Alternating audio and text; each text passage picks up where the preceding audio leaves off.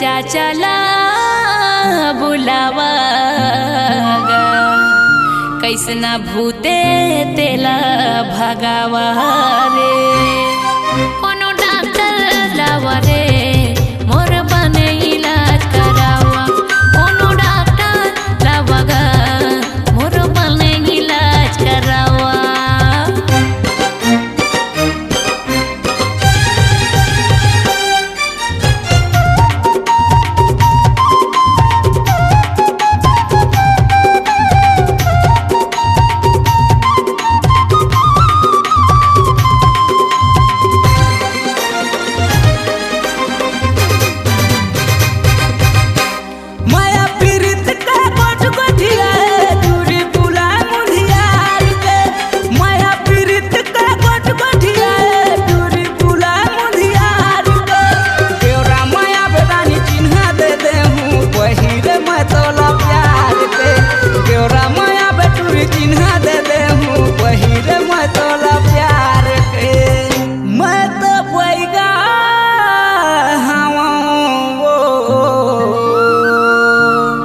जल्दी चिमनी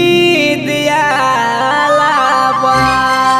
अनिल महाताही हो तोर बने इलाज कराही अमल दिहा गाँव के तू मान के बोएगा भलाई।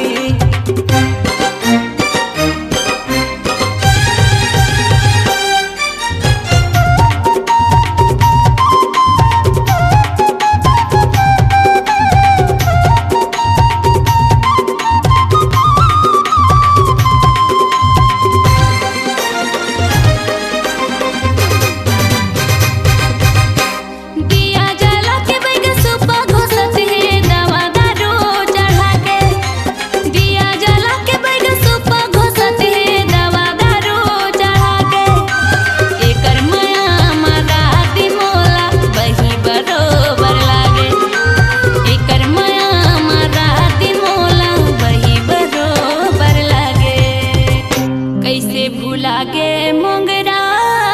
के माया लगा दिलीप मोला बता दे रे नहीं तो जाना रहेगा तैसा मांगे मोर दिल में नहीं तो जाना रहे रे तैसा मांगे मोर दिल में चिन्हा मांगे मैं देह मुंदरीला जगह बनाए मोर दिल में चिन्हा मांगे मैं देह मुंदरीला जगह बनाए मोर दिल में नहीं तो जाना रहेगा तैसा मांगे मोर दिल में नहीं तो जाना रहे रे तैसा मांगे मोर दिल में चिन्हा मांगा तोला देह मुंदरीला जगह बनाए तोर दिल में चिन्हा मांगा तोला देह मुंदरीला जगह बनाए तोर दिल में मैं तो जानत रहे रे मैं तो बस हम तोर दिल में नहीं तो जाना रहेगा तैसा मांगे मोर दिल में मैं तो जानत रहे ओ मैं तो बस हम तोर दिल में नहीं तो जाना रहे रे तैसा मांगे मोर दिल में मैं तो जानत रहे ओ मैं समय हो तोर दिल में। आपकी आवाज ही आपकी पहचान है। यदि आप अपनी आवाज को एक नया आयाम देना चाहते हैं तो चले आइए मल्टी ट्रैक डिजिटल रिकॉर्डिंग के लिए AVM audio video studio Khamtarai Raipur. Mobile number 9301523929 और 7869646201। यदि आप नए एवं पुराने गीत सुनना चाहते हैं तो avmgana.com में जाकर गाना फ्री डाउनलोड करें और YouTube चैनल में AVM गाना और KK कैसेट्स को सब्सक्राइब करें।